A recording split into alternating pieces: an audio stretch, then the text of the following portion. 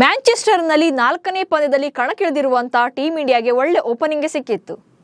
But bad luck, Rishabh Pant injury ಮತ್ತು retired hurt ಆಗಿ ಗಿಲ್ ಪಡೆಗೆ ಸೆಟ್ ಬ್ಯಾಕ್ ಆಗಿದೆ. ಇದೀಗ ಮಿಡಲ್ ಆರ್ಡರ್ ಮೇಲೆ ದೊಡ್ಡ ಜವಾಬ್ದಾರಿ ಇದೆ. ಹಾಗೆ ನಾಯಕನಾಗಿರುವಂತ ಗಿಲ್ಗೆ ಸತತ 3ನೇ ಇನ್ನಿಂಗ್ಸ್ನಲ್ಲೂ ಕೂಡ ಬಿಗ್ ಸ್ಕೋರ್ ಬಾರದಿರುವುದು ಕೂಡ ಚರ್ಚೆ ಆಗ್ತಾ ಇದೆ. ಅದೆಲ್ಲಕ್ಕಿಂತ ಹೆಚ್ಚಾಗಿ ಭಾರತಕ್ಕೆ ಟಾಸ್ ಪದೇ ಪದೇ ಕೈ ಕೊಡ್ತಾ ಇದೆ. ಸೊ 4ನೇ ಪಂದ್ಯ ಹಾಗೆ ಟಾಸ್ ಫೇಲ್ಯೂರ್ ಬಗೆಗಿನ ಮಾಹಿತಿಯನ್ನ ಈ ವಿಡಿಯೋದಲ್ಲಿ ನೀಡ್ತೇನೆ. ನಾನು ಶಾಂತ. ನೀವು ಸುದ್ದಿಯಾನದ ಸಬ್ಸ್ಕ್ರೈಬರ್ ಆಗೋದಿಕ್ಕೆ ಮರಿಬೇಡಿ. ಭಾರತ ಮತ್ತು ಇಂಗ್ಲೆಂಡ್ ನಡುವಿನ 4ನೇ ಪಂದ್ಯದ ಮೊದಲ ದಿನದಾಟದಲ್ಲಿ ಟೀಂ ಇಂಡಿಯಾ 4 ವಿಕೆಟ್ಗಳ ನಷ್ಟಕ್ಕೆ 264 ರನ್ಗಳನ್ನು ಕಲೆ ಹಾಕಿದೆ. ದಿನದಾಟದ ಅಂತ್ಯದ ವೇಳೆಗೆ ರವೀಂದ್ರ ಜಡೇಜಾ 19 ರನ್ ಹಾಗೆ ಶಾರ್ದುಲ್ ಠಾಕೂರ್ 19 ರನ್ಗಳೊಂದಿಗೆ ಕ್ರೀಸ್ ಕಾಯ್ಕೊಂಡಿದ್ದಾರೆ. ಸೊ ಗಿಲ್ಗೆ ಕೇವಲ 12 ರನ್ ಗಳಿಸೋಕೆ ಮಾತ್ರ ಸಾಧ್ಯವಾಯಿತು. ಆದರೆ 48 ಎಸೆತಗಳಲ್ಲಿ 37 ರನ್ ಗಳಿಸಿದ್ದ ರಿಷಬ್ ಪಂತ್ ಪಾದಕ್ಕೆ ಗಂಭೀರವಾಗಿ ಗಾಯಗೊಂಡು ರಿಟೈರ್ಡ್ ಹಟ್ ಆದರು. ಇದೀಗ ಮಿಡಲ್ ಆರ್ಡರ್ ಮೇಲೆ ಹೆಚ್ಚಿನ ಜವಾಬ್ದಾರಿ ಇದೆ. ಹಾಗೆ ಬಿಗ್ ಸ್ಕೋರ್ ಬರಬೇಕು ಅಂದ್ರೆ ಈ ಬ್ಯಾಟರ್ಗಳಿಂದಲೇ ಉತ್ತಮ ಸ್ಕೋರ್ ಬರಬೇಕಿದೆ. ಡಲ್ ಆದ ಗಿಲ್, ಮಿಡಲ್ ಆರ್ಡರ್ ಕಥೆ ಏನು? 4ನೇ ಪಂದ್ಯದಲ್ಲಿ ಶುಭ್ಮನ್ ಗಿಲ್ ಮೇಲೆ ಹೆಚ್ಚಿನ ನಿರೀಕ್ಷೆ ಇತ್ತು. ಆದರೆ 2ನೇ ಪಂದ್ಯದಲ್ಲಿ ಡಬಲ್ ಸೆಂಚುರಿ ಪ್ಲಸ್ ಸೆಂಚುರಿ ಬಾರಿಸಿದ್ದ ಮೇಲೆ ಗಿಲ್ ಕಂಪ್ಲೀಟ್ ಡಲ್ ಆಗಿದ್ದಾರೆ. 3ನೇ ಮ್ಯಾಚ್ನಲ್ಲಿ ಬಿಗ್ ಇನ್ನಿಂಗ್ಸ್ ಬಂದಿರಲಿಲ್ಲ. ಈಗ 4ನೇ ಪಂದ್ಯದ ಮೊದಲ ಇನ್ನಿಂಗ್ಸ್ನಲ್ಲೂ ಕೂಡ ಬ್ಯಾಟ್ ಸದ್ದು ಮಾಡಲಿಲ್ಲ. 12 ರನ್ ಗಳಿಸಿ ಪೆವಿಲಿಯನ್ ಸೇರ್ಕೊಂಡ್ರು. ಈಗ ಮಿಡಲ್ ಆರ್ಡರ್ ಬ್ಯಾಟರ್ಸ್ ಕಡೆಯಿಂದ ಒಂದೊಳ್ಳೆ ಪಾರ್ಟ್ನರ್ಶಿಪ್ ಬರಬೇಕಿದೆ. ರವೀಂದ್ರ ಜಡೇಜಾ 37 ಎಸೆತಗಳಲ್ಲಿ 19 ರನ್ ಗಳಿಸಿದ್ದಾರೆ. ಹಾಗೆ ಶಾರ್ದುಲ್ ಠಾಕೂರ್ 36 ಎಸೆತಗಳಲ್ಲಿ 19 ರನ್ ಗಳಿಸಿ ಕ್ರೀಸ್ನಲ್ಲಿದ್ದಾರೆ. ಸೊ ಮೊದಲ ದಿನದಾಟದ ಆಟ ಬೇಗನೆ ಮುಗ್ದಿದ್ರಿಂದ 2ನೇ ದಿನದಾಟದಲ್ಲಿ ಇವರಿಬ್ಬರೇ ಬ್ಯಾಟಿಂಗ್ ಅನ್ನ ಕಂಟಿನ್ಯೂ ಮಾಡ್ತಾರೆ.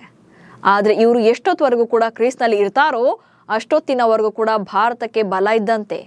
ಅಷ್ಟೇ ಅಲ್ಲ, ರವೀಂದ್ರ ಜಡೇಜಾಗೆ ಒಳ್ಳೆ ಸಾಥ್ ಕೂಡ ಸಿಗಬೇಕಿದೆ.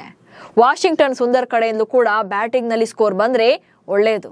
ಅಟ್ಲೀಸ್ಟ್ ಫಸ್ಟ್ ಇನ್ನಿಂಗ್ಸ್ ನಲ್ಲಿ 350+ ರನ್ಸ್ ಇತ್ತಂದ್ರೆ ಸೊ ಇಂಗ್ಲಿಷ್ ಬ್ಯಾಟರ್ಗಳನ್ನ ಬೇಗ ಔಟ್ ಮಾಡೋಕೆ ಅಥವಾ ಅವರನ್ನ ಪ್ರೆಷರ್ ನಲ್ಲಿ ತಿಳಿಸೋಕೆ ಸಾಧ್ಯವಾಗುತ್ತೆ.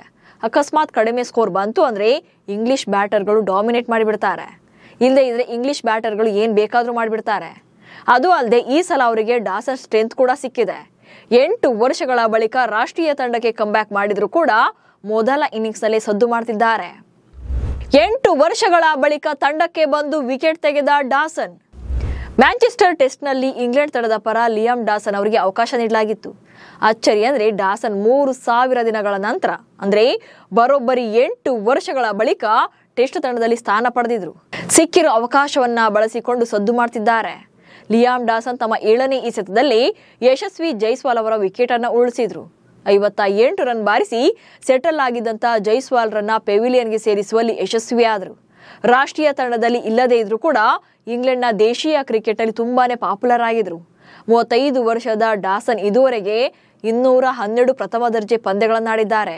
371 ವಿಕೆಟ್ಗಳನ್ನ ಬೇಟೆಯಾಡಿದ್ದಾರೆ. ಅಷ್ಟೇ ಅಲ್ಲ, 10,731 ರನ್ಗಳನ್ನ ಬಾರಿಸಿದ್ದಾರೆ. ಇದರಲ್ಲಿ 18 ಶತಕಗಳು ಕೂಡ ಸೇರಿವೆ.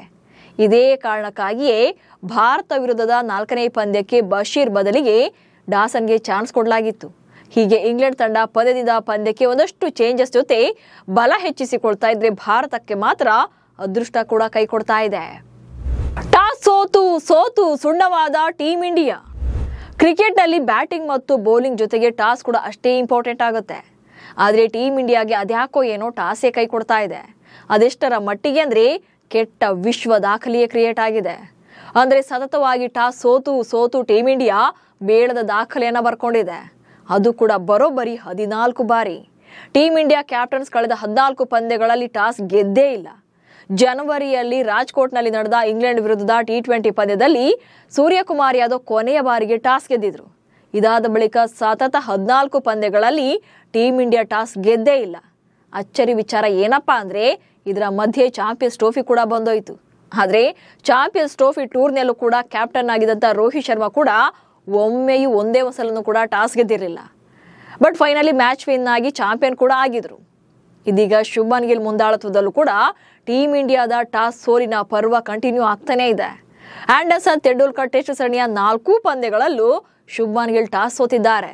ಹೀಗಾಗಿ ಒಂದಷ್ಟು ಆಯ್ಕೆಗಳನ್ನ ಮಾಡ್ಕೊಳ್ಳೋಕೆ ಬ್ಯಾಟಿಂಗ್ ಅಥವಾ ಚೇಸಿಂಗ್ ಹೀಗೆ ಯಾವುದನ್ನ ಫಸ್ಟ್ ಆಪ್ಷನ್ ಆಗಿ ತಾವೇ ಪ್ರಿಯಾರಿಟಿ ತಗೊಂಡು ಆಯ್ಕೆ ಮಾಡ್ಕೊಳ್ಳೋಕೆ ಶುಭ್ಮನ್ ಗಿಲ್ಗೆ ಚಾನ್ಸ್ ಸಿಗ್ತಾ ಇಲ್ಲ. ಸೊ ಟಾಸ್ ಸೋಲ್ತಾ ಇರೋದು ಕೂಡ ಒಂಥರ ಟೀಮ್ ಇಂಡಿಯಾ ಕ್ಯಾಪ್ಟನ್ಗೆ ಪ್ರೆಷರ್ನಂತೆಯೇ ಇದೆ.